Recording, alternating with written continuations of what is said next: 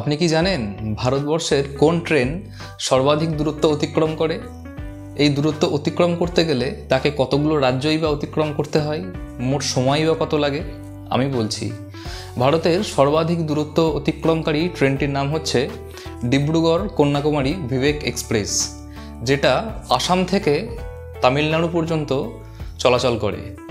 আর এই দূরত্ব অতিক্রম করতে মোট সময় লাগে প্রায় 82 ঘন্টা অথবা 3.5 থেকে 4 দিন।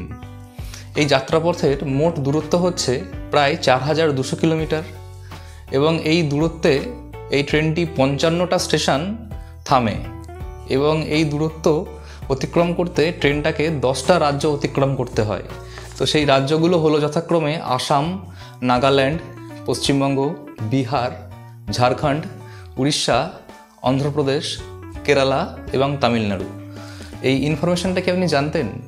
যদি এই রকমই ইনফরমেশান জানতে চান তাহলে আমার চ্যানেলটাকে সাবস্ক্রাইব করে পাশে থাকুন এবং বেল আইকনটা অন করে রাখুন পরবর্তী ভিডিওর জন্য।